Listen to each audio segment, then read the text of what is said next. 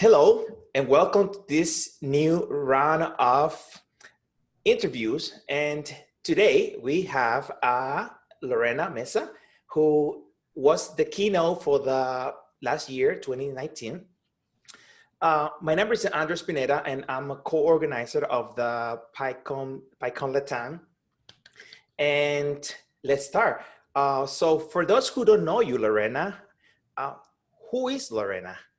Ooh, should I take a philosophical approach and go, well, Lorena is many things. Lorena is una mujer. Just kidding. Let's see. Who am I? I am a big Python nerd who hails from Chicago. I do a few things with PyLadies. I help run PyLadies Chicago. I do some things with the Python Software Foundation, and I am in love with PyCon Latam. That's who I am. Wow, that was very deep, and I really like. And you mentioned two topics that are part of my next questions. You mentioned Python Software Foundation, and oh yes, what is your role in the Python Software Foundation? Okay. Well, la PSF, the Python Software Foundation, for people who may not know what that is, we are the nonprofit that oversees and kind of takes care of the open source Python community. So anyone can register to be a member, which if you're not, please do. I'll send the link, but you can go to python.org and read more about the PSF. But there are also then community members like myself who sit on the board of directors. So I am the chairperson, which means I help run meetings and I respond to a lot of emails. But it's a really great organization.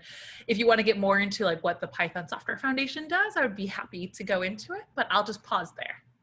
Yeah, because I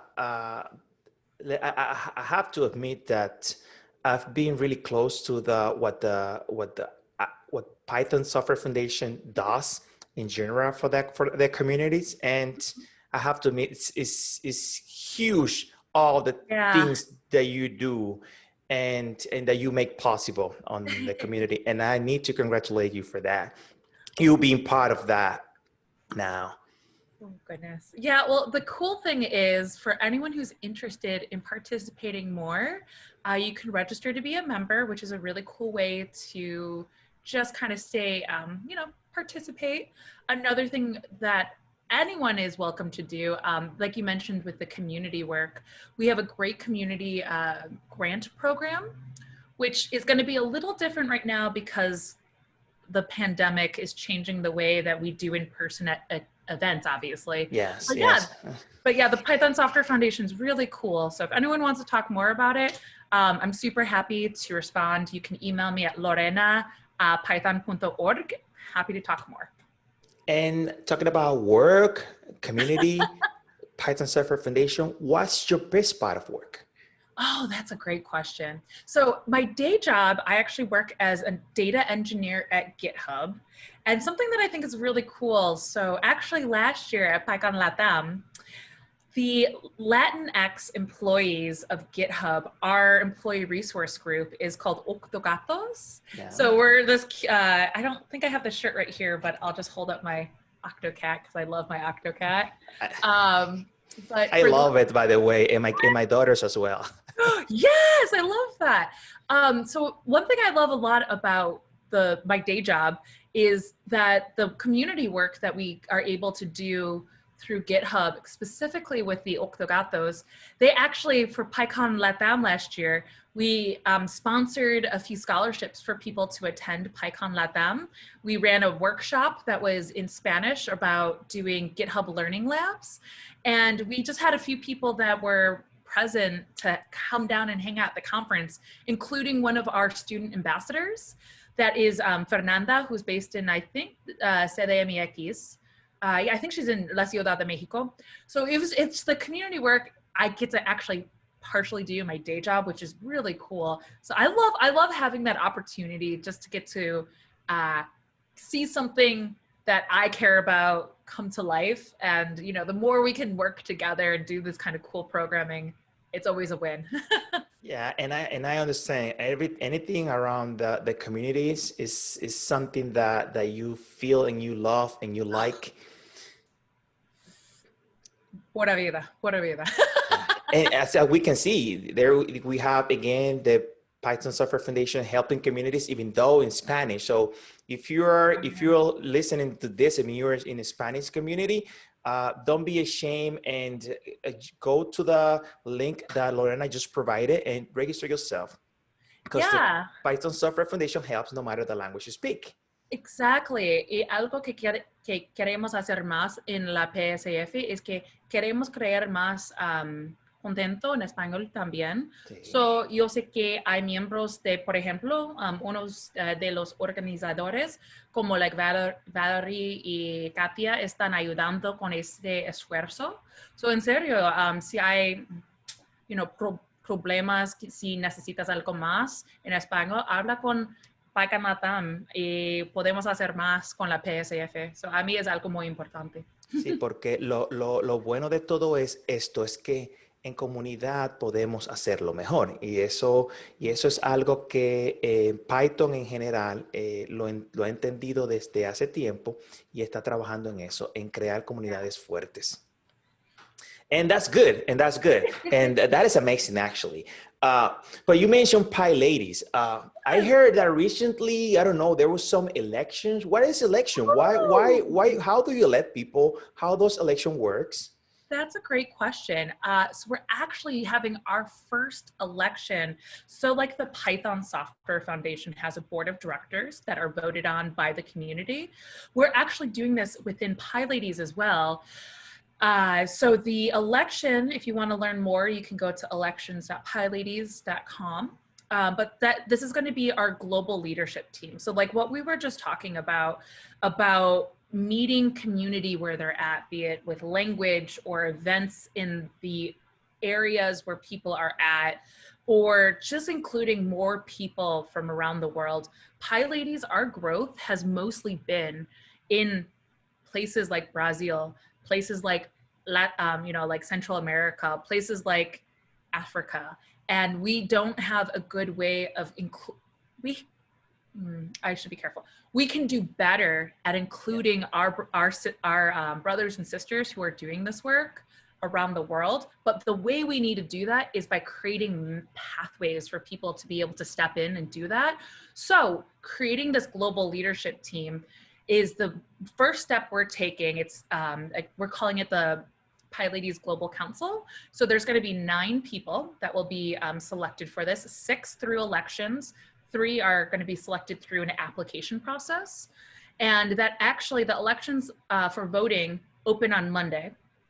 And what's really cool about the elections is we've actually translated the website into 8 languages, I think. Wow. Yeah. But this group is basically going to take on kind of setting the global vision of what PyLadies is. For example, thinking about how to do better fundraising and how to allocate that money to PyLadies chapters around the world, thinking about, challenges that organizers have around the world. We've intentionally tried to make sure that this is going to be a group of people that aren't just from like the United States or from Europe. Yeah. So we actually have built in requirements that states that we have to have people from different countries participating. So I'm really excited about it. It's been about 16 months of work to get us to this point. So by the end of September, we're going to have a leadership team in place, and they're going to be able to start taking on some of the next steps of kind of thinking about what does PyLadies 2.0 look like. So I'm really, really excited about that. What I'm listening is that PyLadies 2.0 is looking to be more diverse. Yes, and not only just diverse, but diversity is getting invited to the party, inclusion's being asked to dance. We want everyone dancing, right? So and that's good. Yeah, especially in these days. And with this situation that we are going through, more than ever, we know and we understand that we need to be closer. Mm-hmm. And as you said, you are invited. You are invited to participate, no matter the language you speak, no matter the country you are, be there. But we talk about PyLadies, and what is the PyLadies? PyLadies is a small group only for ladies? That's a great question. So what I think is really cool about PyLadies is we welcome everyone. So PyLadies is a space for people who identify as being an underrepresented gender in programming. So maybe you identify as non-binary, maybe you identify as a woman. This community is built intentionally as a space for people who are underrepresented in the broader technology world. But if you do identify, for example, as a man, you're totally welcome to participate in the community. We just ask that you create space for those the community was built for, and that people uphold our code of conduct. In fact, some of our most awesome supporters and people who help us out a lot and are great allies are people who may not be, someone who may identify as an underrepresented gender. So PyLadies is basically an international, I would call it, mentorship group, where what we focus on is creating content and events and opportunities for people that are of an underrepresented gender to become a leader in Python open source. So, that might mean just having networking opportunities. That might mean doing something a bit more official, but this is definitely, as you said about diversity and inclusion, this is definitely a group that's very focused on that. And Python has been a great space where we've done a lot of this work, but we can always do more. Yeah, and I have to agree with everything you say, specifically with the last part that Python does a really good job with the diversity and inclusion. Mm-hmm. My first PyCon, I remember, I was impressed. It was in 2014 that I participated the first time, and I was like, oh my God, this is the first time I see people coming from all around, not a different part of the world, but also different areas in the same field, in the same computer field, because computer is huge. And yes, as a software developer, I tend to participate in conferences that you see only developers. Exactly. In Python conference, let's say PyCons, are totally different stuff. So if you feel unrepresented, PyLadies is there. Show up, as well as we mentioned earlier. Grab the links. Lorena posted. She's very active in Twitter, so follow her. And I have one last question. Sure. What do you feel are disadvantages of developers in Latin America? The advantages of being a developer? If you have any advantage or disadvantages, you can share them both. Interesting. Okay, let me think about that. I think that there's already been a really big development boom for technology in markets like the United States. But there's other places where this is really a big opportunity and tech is just growing and growing. So if you look at, for example, like Brazil has 200 something million people, and they have a very young population, and they have a young population of people who are very passionate about like social justice, people that are from very different backgrounds. You have a very large, like the largest population of Japanese people outside Japan is in Brazil. You have a large Afro-Latinx population, but all of these folks are right now taking advantage of what technology affords them. So for me, when I think about being someone who might be a developer or might be thinking about becoming a developer that's in Latin America, you are the future. You are literally the future. And so the opportunity is yours. Go forth and take it. So that's what I think is a great advantage. Now, at the same time, part of the disadvantage of that can be at times that maybe you're not included in the conversation or you don't know how to get started. I think sometimes, at least as I've understood, resources I think sometimes can be something that can be scarce. So what I would encourage people to say is, rather than think of it as, oh, I can't get started because I don't have access to this explicit thing, look around your local space. And especially in this moment, everyone's going online and they're doing courses online, they're doing conferences online, they're doing streamed talks like this online. Exactly. So I think, everyone is really thinking about how to stay connected and how to do things.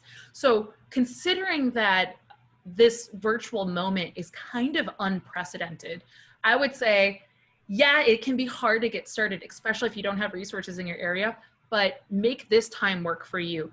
Find people like the organizers of PyCon Latam, find those communities, get involved. And being involved can just mean showing up to an event or maybe helping with an open source project. But just getting started in small ways can have really big impact.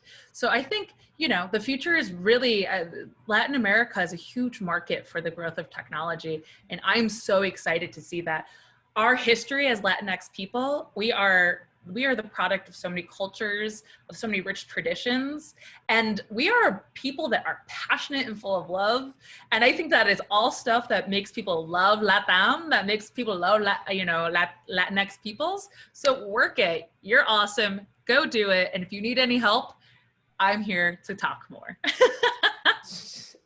As she said, this is your time, and I cannot agree way more. This was an excellent, it was an excellent answer. I mean, I feel right now so pumped that I want to go for it. And as we were talking at the beginning, Python is doing the best to get content in other languages than English. So if one way to get started, go to those community, go to those people that are trying to do that and help translating. If you know some small English, even with small, anything that you can contribute, there's no small contribution. All contributions are equal important. And with this, I have to say thank you. Thank you for your time. Thank you for being here with us. And thank you for all those great topics that we were discussing. In the words of Walter Mercado, mucho, mucho amor.